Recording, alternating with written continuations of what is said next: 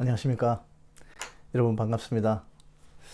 오늘은 창세기의 세 번째 강의를 시작하도록 하겠습니다. 지난 시간까지 우리가 구약의 원역사 1장부터 11장까지 이어지는 원역사에 대해서 공부했습니다. 그 원역사는 모든 인류의 기원이 다 들어가 있다고 설명을 드렸죠. 원역사에 보면 원역사뿐만이 아니라 이 원역사를 통해서 이어지는 모든 성경의 역사와 현재까지도 성경 자체는요, 하나님의 이야기, 또 사람의 이야기, 그 하나님과 사람과의 관계에 대한 이야기, 그 중간에 끼어들어서 하나님과 사람과의 관계를 방해하는 마귀의 이야기, 사단의 이야기, 이런 하나님의 이야기, 사람의 이야기, 마귀의 이야기를 우리가 계속 읽고 공부할 수 있습니다. 이 관계를 통해서 오늘을 살아가는 우리가 이 관계를 어떻게 잘 유지하고 관리해야 되고 마귀의 꼬임과 유혹을 어떻게 물리쳐야 되는지를 우리가 교훈 삼을 수 있는 그런 내용들이 들어 있습니다. 자, 오늘은요, 창세기의 이제 1파트가 끝나고요, 일부 원역사가 끝나고 이제 족장들의 이야기에 대해서 보도록 하겠습니다. 우리가 이 창세기에서 볼 수 있는 믿음의 족장들은요, 정말 위대한 분들입니다. 이어지는 뒤에 역사 부분이나 신약 성경에도요, 그 위대한 믿음의 조상들의 모델이 이 창세기에 있는 겁니다. 오늘은요, 아브라함과 이삭에 대한 이야기를 보도록 하겠습니다. 우리 큐티 책의 진도로 봤을 때는 28장까지 나가는데 26장까지가 아브라함과 이삭의 이야기입니다. 7장과 8장은요, 다음 강의에서 이어가도록 하겠습니다. 그래야지 야곱 이야기와 요셉 이야기가 깔끔하게 이어지는 진도로 진행할 수 있기 때문입니다. 자, 이렇게 족장들의 이야기를 볼 때 우리가 생각해 봐야 될 것이, 하나님께서는요, 사람을 교육하시는, 성경을 통해서 사람을 교육하시는 방법은 크게 두 가지가 있습니다. 첫 번째는요, 규범 교육입니다. 또 하나는요, 모범 교육입니다. 규범 교육이라고 하면 법과 제도를 통해 훈육하시는 방법입니다. 뭐 쉽게 레위기를 중심으로 한 율법이 바로 이 규범이 되겠죠. 성경의 가르침으로 봤을 때. 자, 이런 규범은요, 어길 경우에 처벌이 있습니다. 기초적인 수준의 교육이고요, 인격보다는 질서를 우선시합니다.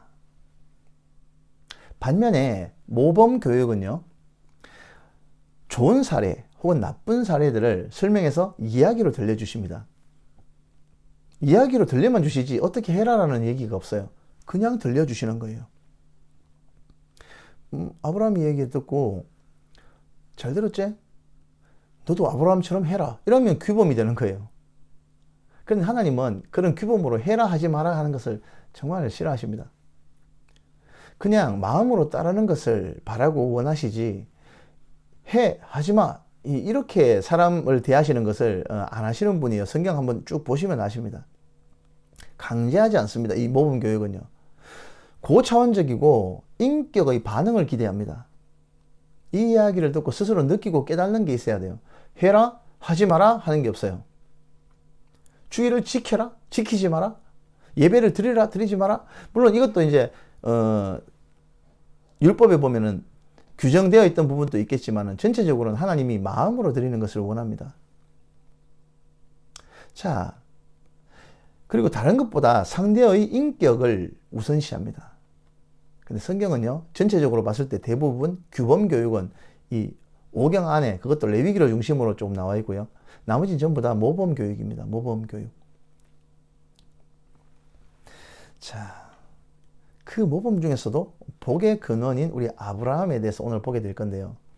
자, 아브라함에 대해서 보기 이전에 또 한 가지 좀 약간 명확하게 우리가 이야기를 하고 넘어가야 될 부분이 있습니다. 하나님께서 주시는 복, 은혜와 복에 대해서 정확하게 한번 규명을 하고 넘어가 볼게요.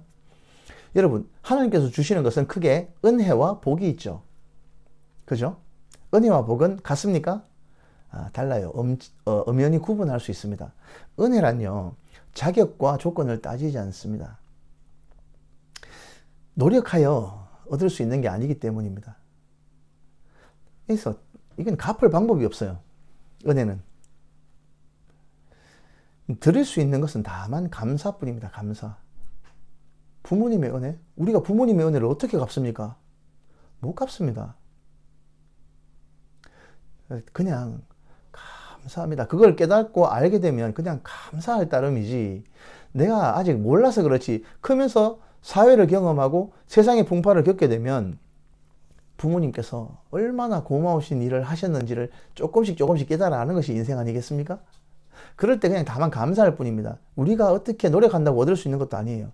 예수 그리스도의 구원의 은혜, 이건 갚을 수가 없어요. 다만 감사할 뿐인 겁니다. 우리가 뭘 했다고 구원의 은혜를 받을 수 있겠습니까? 그냥 주신 거예요, 우리에게. 복은 다릅니다.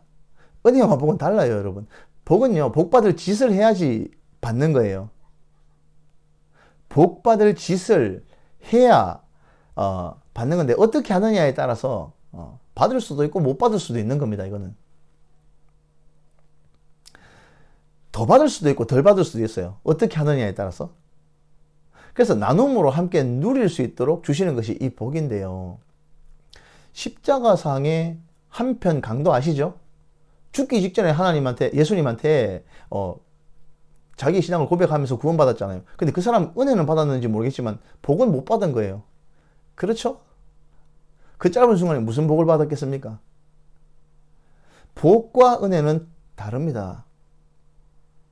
은혜는 하나님의 놀라우신, 우리가 노력해서 받는 것이 아니다. 근데 복은 하는 거에 따라 다릅니다. 자, 이제 우리가 아브라함에 대해서 보게 될 건데, 아브라함을 보시면 압니다. 그래서 우리도 복받을 삶을 살아야 하는 것입니다.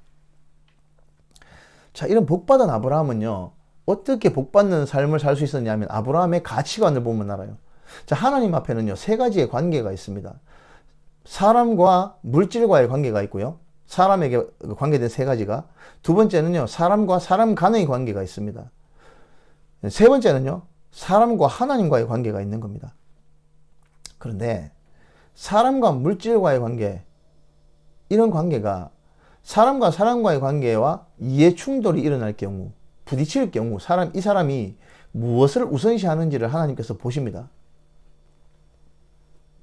뒤에도 말씀드리겠지만 조카 롯과의 이야기가 있지 않습니까? 애굽 땅에서 나왔을 때 많은 재물과 소와 양떼를 받아서 나오지 않습니까? 더 이상 목초지에서 소와 양을 같이 칠 수 없을 만큼 불어나가지고 종들끼리 싸우는데, 이 사태에 대해서 아브라함은 어떻게 합니까? 조카에게 모든 부분을 양보합니다. 네가 결정을 해라. 네가 좌하면 내가 우할 것이고, 네가 이 편을 선택하면 나는 그 반대편을 선택하겠다. 정권을 주지 않습니까? 사람과 사람과의 관계에서 이해관계가 충돌이 되었을 때 아브라함은 과감하게 양보하는 사람이었습니다. 왜? 사람과 사람과의 관계를 지키기 위해서.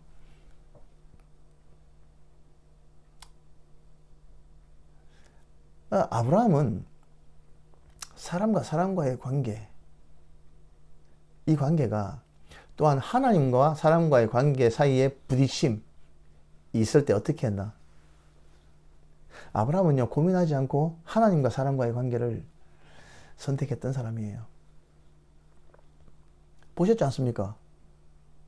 아시잖아요. 이삭을 바친 사건. 100세의 아들을 낳으니까 아브라함이 그냥 넋이 나가버렸어요. 그 전까지만 해도 하나님이 이 아브라함은 내 친구다, 내 벗이다 할 만큼 가까운 사이였습니다. 하나님과 아브라함은 허물이 없고 격이 없는 사이였어요. 심지어 하나님께서 소돔과 고모라를 심판하러 가실 때 아브라함이 요청해가지고 50명 있어도 심판하실 겁니까? 45명은요? 30명은요? 20명은요? 10명은요? 이렇게 아브라함이 사정을 할 때마다 깎아주셨어요. 이렇게 하나님과 대화가 가능한 사람이 누가 있었습니까? 아브라함은 이런 사람이었습니다. 심지어 그런 관계였던 아브라함이 아들을 얻고 완전히 넋이 나가버리니까 하나님은 섭섭해 하셨어요. 그래서 아브라함을 테스트 하시죠. 네 아들 나한테, 주변에 있는 가나안 땅의 다른 신들처럼 나한테 바쳐.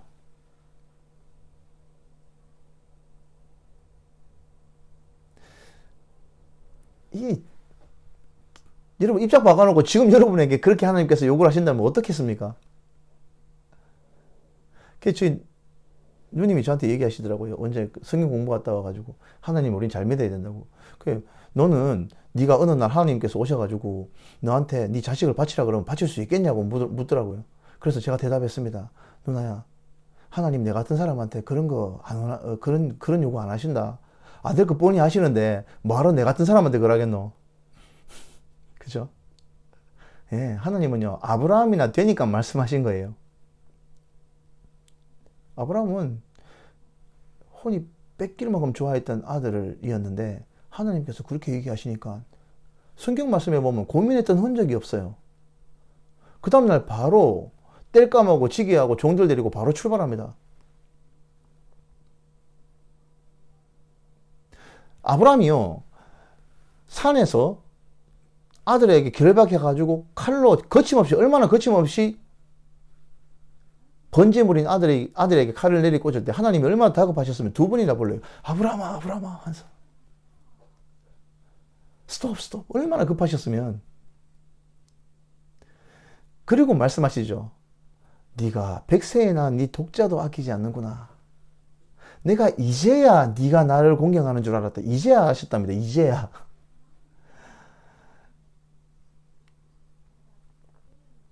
네가 나를 위해서 네 독자, 백세에 낳은 네 독자도 아끼지 않았으니 내가 이제야 네가 나를 공경하는 줄 알겠다.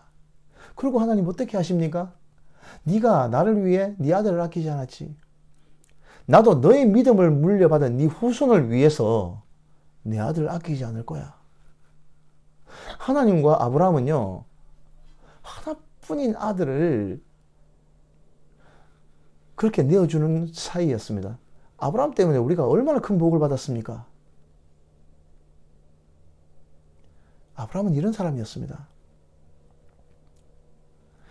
또 처음에 보면은 아브라함은요, 하나님 말씀 한마디만 듣고 본토 친척 아비 집을 떠났습니다. 물질과의 관계, 사람과의 관계보다 하나님과의 관계를 가장 우선시한 사람이었습니다.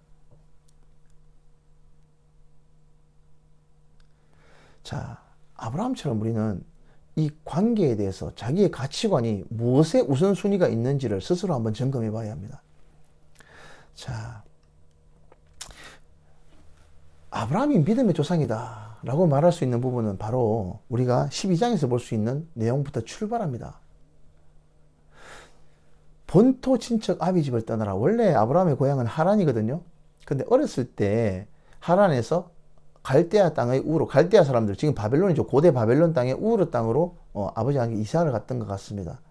하지만 거기서 한참 살다가 60에서 65세 정도 되었을 때 다시 고향인 하란으로 돌아왔습니다.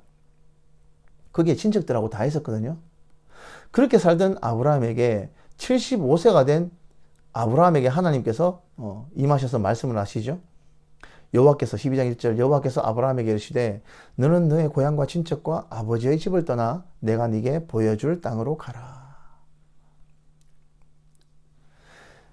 이 한마디 듣고 출발을 했을 때 아브라함이 하나님께서 하신 이 말씀의 약속을 듣고 그 약속을 믿고 출발을 한 겁니다. 2절 3절입니다. 내가 너로 큰 민족을 이루고 네게 복을 주어 내 이름을 창대하게 하리니 너는 복이 될지라. 너를 축복하는 자에게는 내가 복을 내리고 너를 저주하는 자에게는 내가 저주하리니 땅의 모든 족속이 너로 말미암아 복을 얻을 것이라 하신지라. 자, 아브라함이 하나님의 이 한마디 듣고 자기의 모든 터전이 있었던 그 땅을 떠나서 정말 한 번도 가본 적이 없는, 다시는 하란 땅으로 돌아갔다는 기록이 없어요. 조금 살다가 힘드니까 형제들 보고 싶다, 고향이 보고 싶다고, 고향 그립다고 돌아가지 않았습니다. 그렇게 하나님께서는요, 아브라함은 나의 선지자다 라고 할 만큼 거기에서 선교 활동을 했던 사람입니다. 선교사의 표상이기도 합니다. 아브라함은요. 이렇게 본토 친척 아비 집을 떠났는데 가자마자 큰 시험이 닥치죠. 큰 기근을 만났습니다. 그럼에도 불구하고 아브라함은 하나님 원망하는 거 한 줄 없습니다. 살려고 발버둥을 치다가 애굽까지 갔죠. 거기에서 자기 아내를 누이 동생이라고 잘못 얘기했다가 이집트 왕 파라오한테 아내를 빼앗기지 않습니까? 물론 하나님의 개입으로 물론 극적으로 다시 아내를 찾아오고 이 일 때문에 이집트 왕 파라오에게 큰 재물을 받아서 다시 나오는 일이 있었습니다. 그게 이제 12장에 나오는 내용이죠. 자, 아브라함은 이 어려운 가운데서도 하나님과의 약속을 우선시하는 사람이었고요. 그 어떤 역경에서도 하나님과의 신뢰관계, 하나님을 믿고 의지하는 것을 잃어버리지 않는 사람이었습니다. 13절 말씀은 제가 앞에서 말씀드렸죠. 롯에 대한 이야기. 롯은 정말 진짜 삼촌이 그렇게 이야기를 하면 최소한 예의가 있어야 될 거 아닙니까? 근데 좋은 땅 자기가 다 선택해 버립니다. 거긴 대도시가 있었던 소돔 땅이 있었던 누가 봐도 물도 많고 풍부한 땅이었죠. 그걸 다 선택을 해버리니까 아브라함은 선택하라 그런다고 좋은 땅 진짜 다 가져가 버리니까 맥이 풀렸던 것 같아요. 이런 아브라함에게 하나님께서 오셔가지고 아브라함아, 네가 있는 땅 좌우를 다 둘러봐라. 지금 네가 둘러보고 있는 이 모든 땅을 내가 너한테 주겠다. 이런 약속을 하십니다. 하나님께서 아브라함에게 위로하시는 장면이 나오죠. 하나님과 아브라함과의 관계는 이런 관계였습니다. 아브라함은 되게 용맹한 사람이었습니다. 아내를 자기 목숨 부지하기 위해서 아내를 갖다가 여동생이라고 숨기고 아내 팔아먹었던 사람이라고 손가락질하는 사람도 많겠지만 아니에요. 이 배은망덕하고 이 버르장머리 없는 롯이 대도시로 갔죠. 그 소돔 땅으로 갔을 때 그 땅에 전쟁이 일어나요. 연합군끼리 전쟁을 해가지고 롯이 있었던 소돔 땅 연합군이 완전히 참패합니다. 그래서 조카 롯과 소돔 땅에 있는 모든 사람들, 거기 있는 사람들과 재물이 다 뺏겨가지고 연합군에게 뺏기는 일이 발생했습니다. 이 소식을 전해들은 아브라함이 어떻게 합니까? 집에서 길리우고 연습한 자 318명을 데리고 밤새 쫓아갑니다. 겁쟁이였으면 이게 가능하겠습니까? 대단한 담력을 가지고 있었습니다. 집에서 훈련된 자들을 데리고 그 연합군들을 쳐들어가서 격파합니다.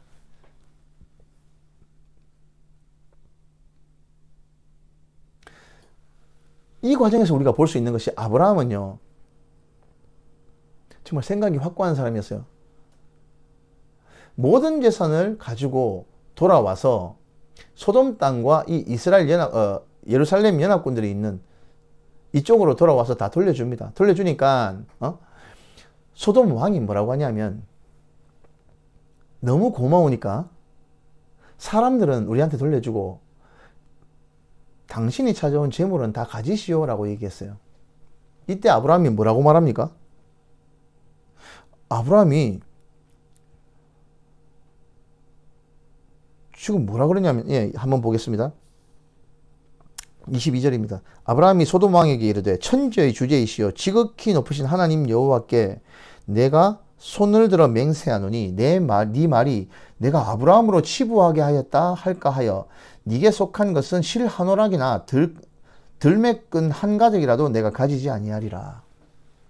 이 무슨 말이냐면요, 지금 네 말은 듣기에는 좋지만 나중에는 내가 아브라함에게 부자 되게 만들어줬다고 그래 말하고 돌아다닐까 아이가. 나는 하나님께서 나를 부자 만들어 주시지 않으시면 너희 같은 재물은 내가 가지지 않아.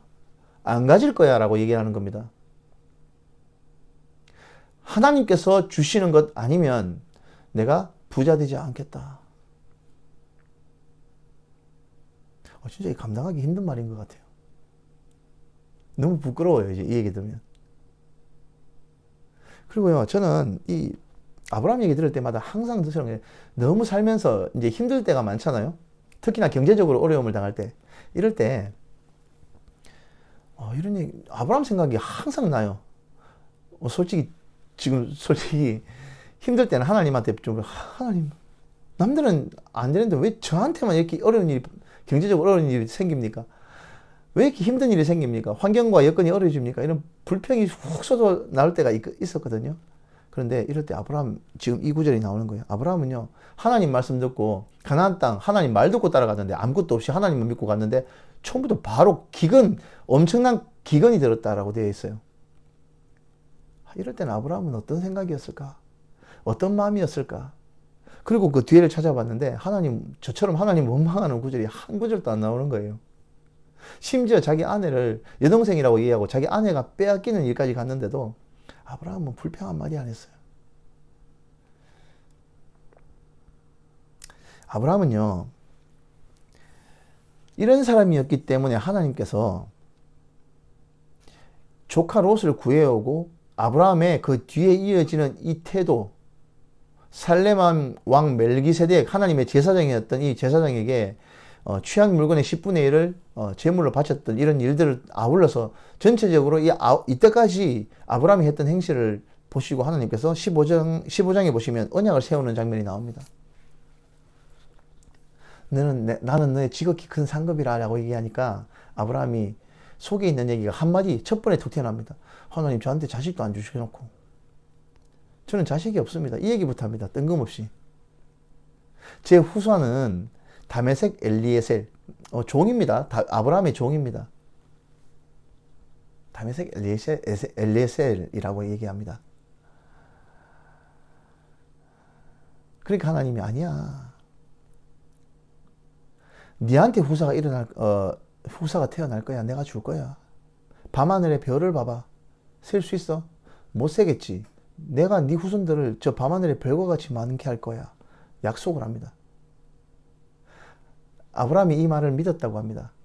근데요, 하나님께서도 75세 때 아브라함이 하나님 말씀 듣고 본토 친척 아비 집을 떠났잖아요. 그때 이미 온 민족에 복을 주어서 진짜 큰 민족을 이루게 해주겠다고 약속을 하셔놓고 25년 뒤인 100세 때 주시잖아요.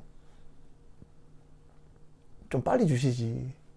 그러니까 아브라함이 중간에 실수를 하는 부분이 있지 않습니까? 계속 애가 안 태어나니까 아내 사라도 민망했던지 그 애굽에서 나올 때 데리고 나왔던 여종이 있었거든요. 하갈이라고. 하갈을 아브라함에게 첩으로 주잖아요. 이 실수거든요. 이런 실수를 하니까 거기서 하갈이 임신을 합니다. 자기가 임신했다고 여주인 멸시했다가 사라도 성격이 보통이 아닌 것 같아요. 정말 대단하고 위대하신 분이시요. 진짜 사라는 지금으로 치면 어떻게 해야 됩니까? 정말 확실하고 깔끔한 여자분인 것 같아요. 불의를 용납하지 않는 분이고 자기 남편에게는 지극정성이었던 분입니다. 그러니까 계산도 안 돼보고 사라한테 덤볐다가 하갈이 끝내 쫓겨나잖아요. 근데 이런 아브라함이 하나님의 약속을 믿고 좀 더 기다려야 되는데 86 됐을 때 하갈을 통해서 이스마엘을 낳습니다. 그러니까 하나님께서 아브라함에게 나타나셔가지고 첫 번 하시는 말씀이 있어요.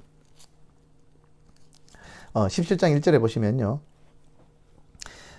아브라함이 99세 때에 여호와께서 아브라함에게 나타나셔서 그에게 이르시되 나는 전능한 하나님이라 너는 내 앞에서 행하여 완전하라. 이게 무슨 말이냐 하면요. 너 왜 그랬냐 그 얘기입니다. 내가 네 아내를 통해서 아들을 주기로 했잖아.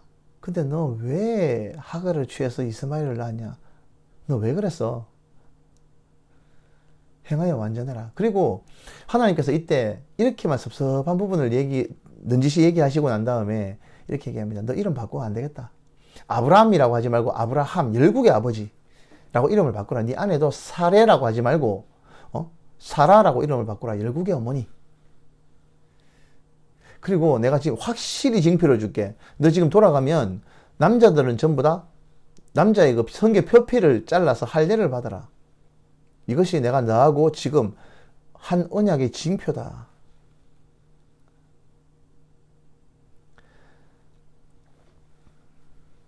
그렇게 아브라함과 하나님께서는 언약을 맺으십니다. 근데요, 앞에 하나님께서 아브라함에게 아들을 주겠다고 하시니까 아브라함이 웃었어요. 웃으니까 너 왜 웃냐? 내가 준다는 말, 내가 니한테 아들을 준다고 하니까 그게 못 믿었냐? 좋아, 내 너 아들을 줄 테니까 너 걔 이름을 웃음이라고 지어라. 예. 웃음이 이치하크. 이치하크. 우리나라 말로 이사학이라고 번역이 되어 있는데요. 이치하크가 웃음이라는 뜻입니다. 웃음. 경수가 다 끊어지고 생리가 끊어진 사라에게 그 후에 하나님께서 오시잖아요. 대접을 하는 장면이 나오는데요. 그때도 네 아내에게 내가 내년에 이맘때에 여기 올 때쯤이면 네 아내에게 아이가 있으리라. 이거 하니까 그 얘기를 부엌에서 들은 사례가 어떻게 합니까? 웃습니다. 웃으니까 그 웃음 얘기 듣고 지나가시면 되는데 하나님 또 뭐라고 하시냐면 네 아내가 왜 웃냐? 하니까 그 얘기 듣고 깜짝 놀란 사례가 아니요, 저 안 웃었는데요. 하니까 아니라 네가 웃었느니라. 신랑이까지 버리시는 하나님. 아브라함과 하나님은 이런 관계였습니다. 위대한 믿음의 조상. 그의 삶이 모든 사람의 표본이 되었던 아브라함. 아브라함은요, 어딜 가나 하나님 앞에 제단을 쌓고 제사를 드리는, 지극정성으로 제사를 드리는 사람이었습니다. 아브라함이 어떤 사람이었는지를 제일 가까이서 평가할 수 있는 사람은 누구냐면 그 집 종에게 물어봅니다. 종. 그 집 종에게 물어보면 자기 주인이 어떤 사람인지 압니다. 그 집 종이 누굽니까? 다메섹 엘리에셀. 다메섹 엘리에셀은요, 어떤 사람이었냐면 어찌 보면 아브라함보다 믿음이 더 좋은 것 같기도 해요. 다메섹 엘리에셀에게 아브라함이 무슨 일을 맡기는지 아십니까? 얼마나 믿음직하고 충직했으면요. 하나뿐인 100세에 얻은 아들 이삭의 아내를 구하는 일을 다메섹 엘리에셀에게 전임합니다. 원래 이삭이 태어나기 전까지만 해도 아브라함의 후계자가 누구였습니까? 다메섹 엘리에셀이었잖아요. 그런데 늦음하게 난 이 아들 때문에 이 모든 재산이 자기 거였는데 뺏겼지 않습니까? 그럼에도 불구하고 다메섹 엘리에셀은요, 변함없는 사람이었습니다. 한치 흔들림도 없는 사람이었어요. 심지어 그 안주인을, 그러니까 주인의 아들의 안주인을 선택하는 일을 전임으로 위임받는 사람 아닙니까? 그리고 그 일을 어떻게 수행하는지 보시면 아시지 않습니까? 24장 말씀에 보면 전부가 다 그 얘기입니다. 이런 충직한 종이, 청지기가 있다는 것은 그 주인이 어떤 사람이었는지, 종은 주인 그대로 담는 겁니다.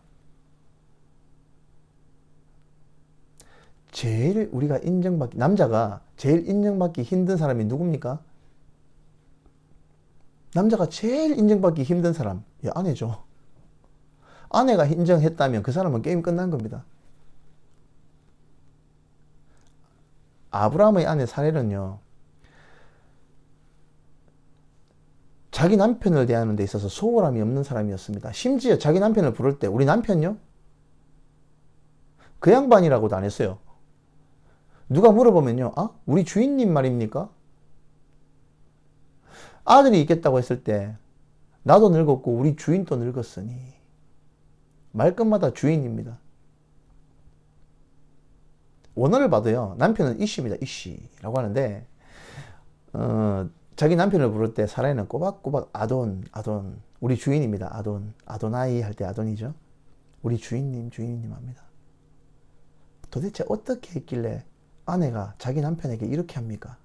자기 남편이 손님을 데리고, 길 가는 사람 붙잡고 손님을 데리고 들어와도 그 손님 대접에 소홀함이 없는 사람이었습니다. 아브라함이 어떤 사람인지 알려고 하면 그 아들을 보면 압니다. 여러분, 자기를 죽이려고 했어요.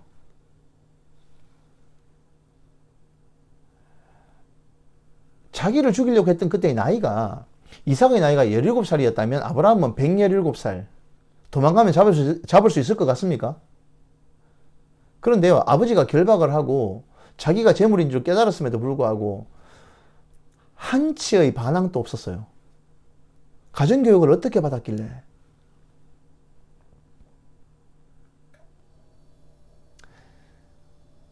심지어 소돔과 고모라를 멸망할 때 아브라함은요, 하나님 앞에 막 깎습니다. 그죠? 어떻게 깎습니까? 내가 아브라함에게 뭘 숨기겠냐? 내가 지금 저 소돔과 고모라의 죄악이 진짜 그게 달했어. 그냥 더 두고 볼 수 없어서 내가 확인하고 심판하러 간다 하니까 아브라함이 속으로 생각했죠. 거기에 내 조카 롯이 있는데. 그래서 깎기 시작한 거예요. 하나님께서 의로우신 하나님께서 의인과 악인을 함께 심판하십니까? 만약 그 성에 50인의 의인이 있으면 어떻게 하실 겁니까? 하나님께서 이렇게 팔짱 끼시고 앉아가지고 어떻게 하나 보시죠. 그래? 50명 있으면 내 멸망 안 시키지. 아, 그래요. 그러면 45명은요? 45명 있어도 안 시키지. 30명은요? 30명 오케이. 한 번만 더 말할게요. 20명은요? 20명 오케이. 한 번만 더 말하겠습니다. 10명은요? 10명? 10명 오케이. 10명 있어도 내 멸망 안 시키겠다. 그건 무슨 얘기입니까? 하나님 눈치 모르시겠습니까? 하나님, 제 조카에 롯이 그거 있습니다. 그 얘기 아닙니까? 그런데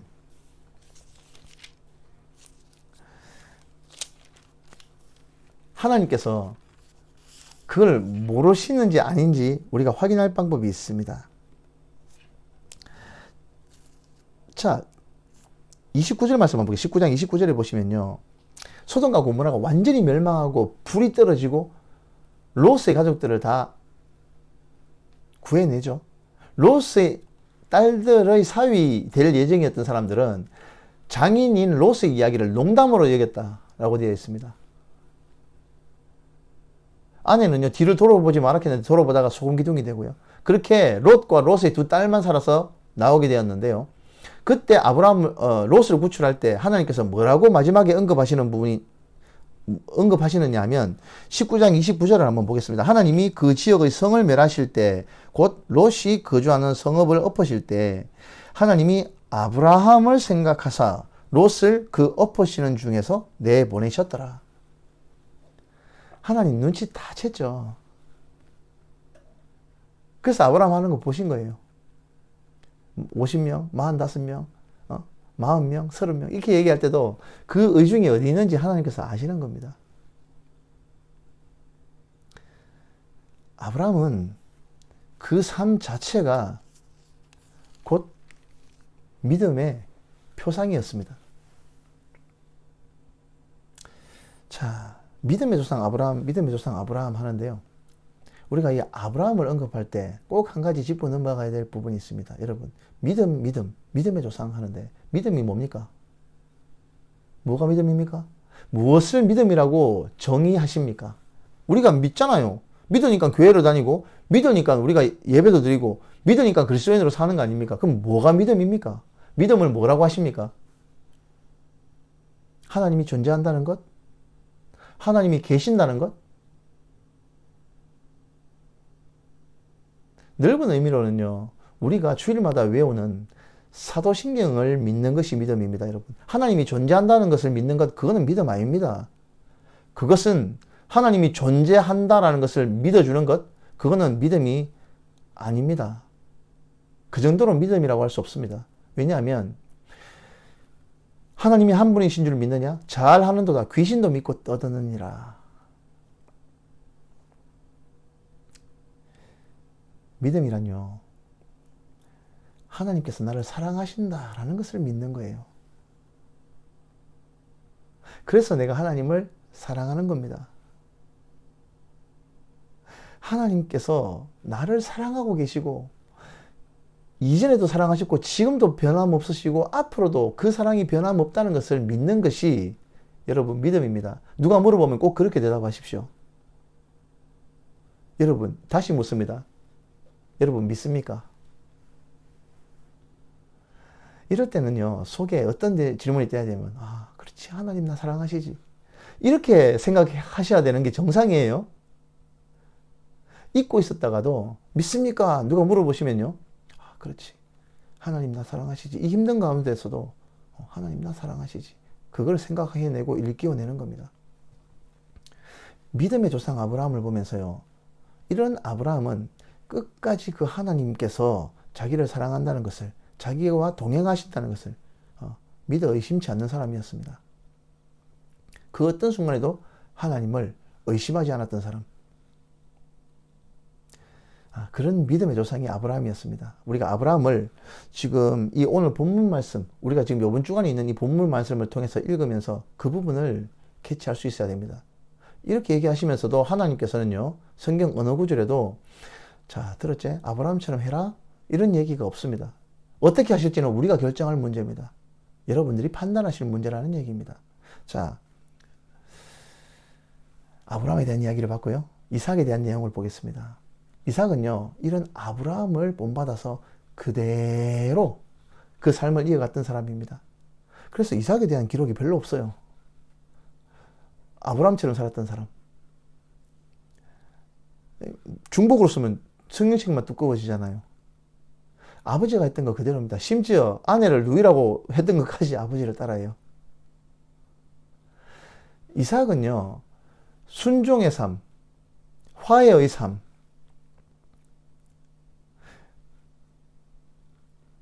이삭은 정말 예수님의 표상 같아요. 예수님도 하나님께서 십자가에 그 아들을 내어주실 때 그대로 순종했잖아요.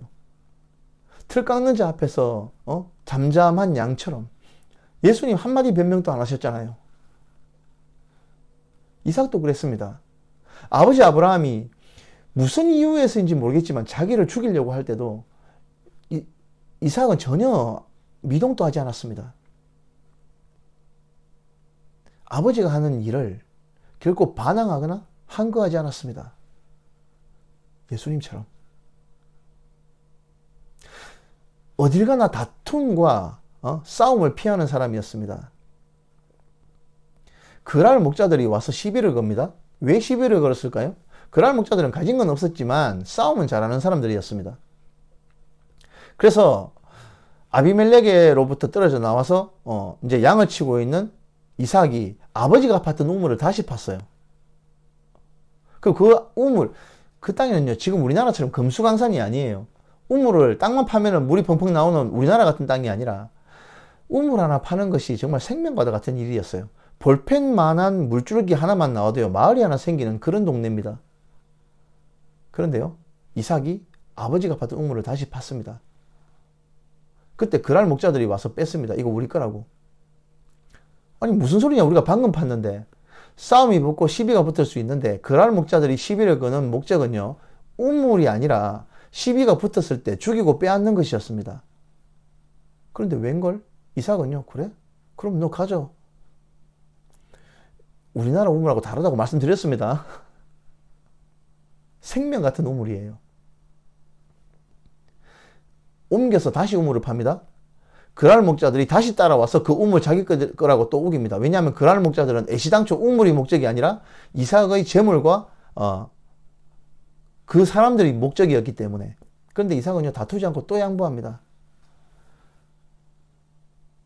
그랄 목자들도 어이가 없었을 겁니다. 뭐 이런 사람이 다 있냐고. 세 번째 우물을 팠는데 더 이상 그랄 목자들이 다투지 않습니다. 이삭은 이렇게 다툼을 피했기 때문에 평생에 큰 문제가 없었어요. 순탄했습니다.